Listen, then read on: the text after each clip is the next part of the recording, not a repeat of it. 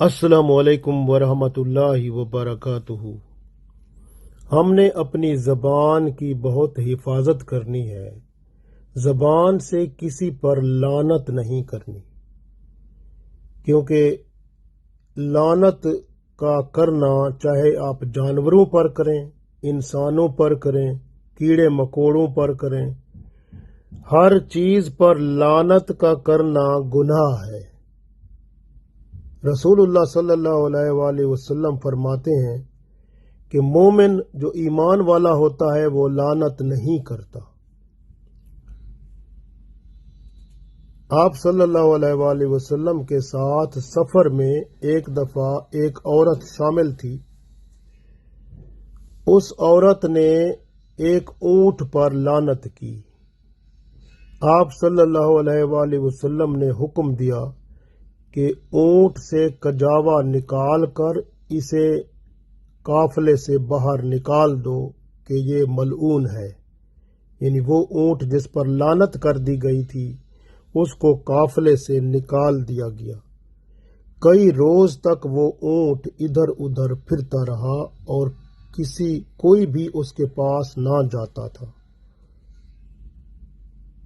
حضرت ابو دردہ رضی اللہ تعالی عنہ فرماتے ہیں کہ جب آدمی زمین یا کسی اور چیز پر لعنت کرتا ہے تو وہ چیز کہتی ہے کہ اس پر لعنت ہو جو ہماری نسبت زیادہ گناہگار ہے۔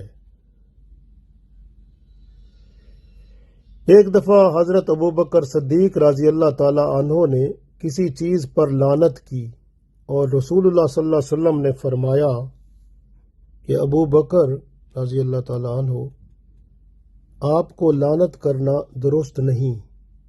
حضرت ابوبکر صدیق رضی اللہ تعالی عنہ نے فوراً توبہ کی اور کفارے میں ایک غلام آزاد کیا۔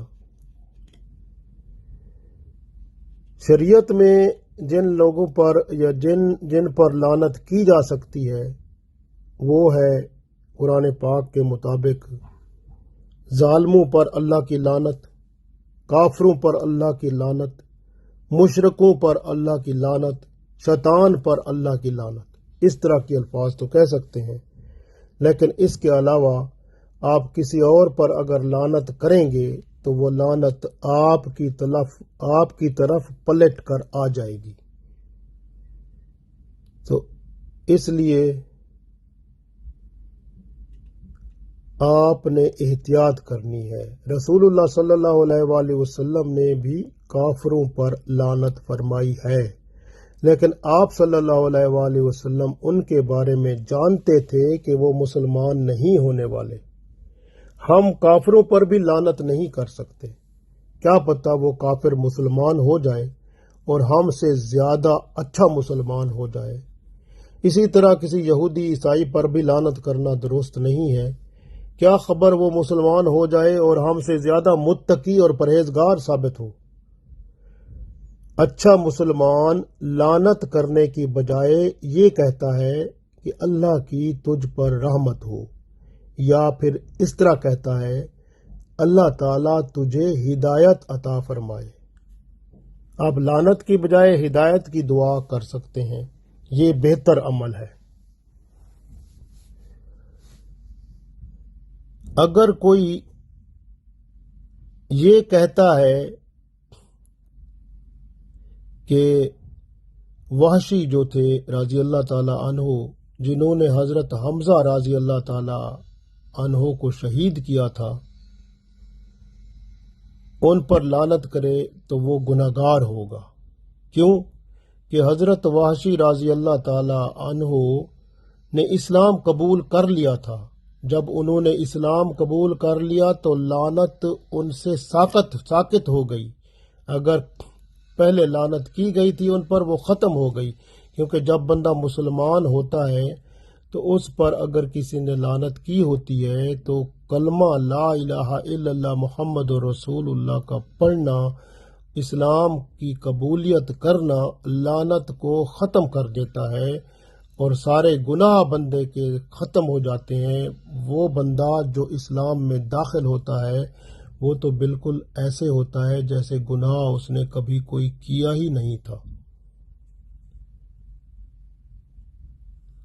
اسی طرح اگر کوئی ساری عمر ایک بار بھی ابلیس پر لعنت نہ کرے تو قیامت میں اس سے یہ نہیں پوچھا جائے گا کہ تو نے ابلیس شیطان پر لعنت کیوں نہیں کی۔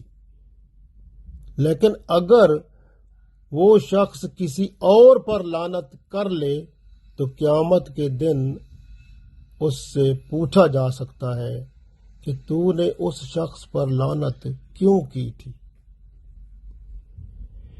ایک بزرگ کہتے ہیں کہ قیامت کے دن میرے نامہ اعمال سے کسی پر لعنت نہ نکلے بلکہ لا الہ الا اللہ محمد الرسول اللہ صلی اللہ علیہ وسلم یہ نکلے۔ آپ صلی اللہ علیہ وآلہ وسلم نے ایک شخص کو نصیحت فرمائی کہ تو لعنت مت کیا کر۔ ایک اور حدیث میں ہے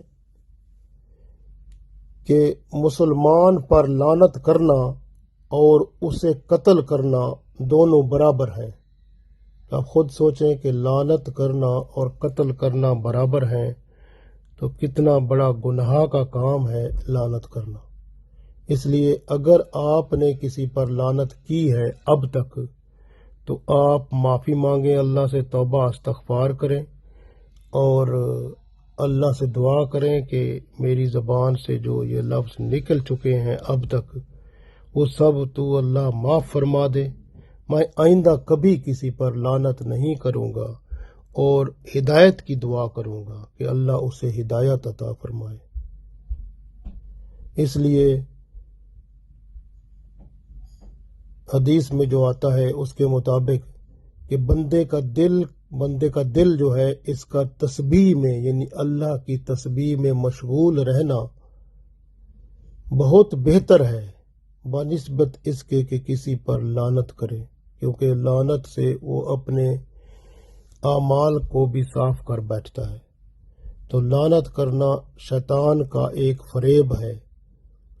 شیطان اکثر ایسا بندے سے کراتا ہے اور پھر بندے کو گناہ گار بھی کرتا ہے اور معاشرے میں جھگڑے فساد کا باعث بھی بنا دیتا ہے۔ اس لیے لعنت کرنے والا لفظ زبان سے کبھی نہیں بولنا۔ اللہ تعالیٰ سے دعا ہے کہ اللہ تعالیٰ ہمیں اس لفظ لعنت کرنے کے بولنے سے مکمل طور پر محفوظ رکھے اور اپنی پناہ خاص میں جگہ عطا فرمائے۔ آمین۔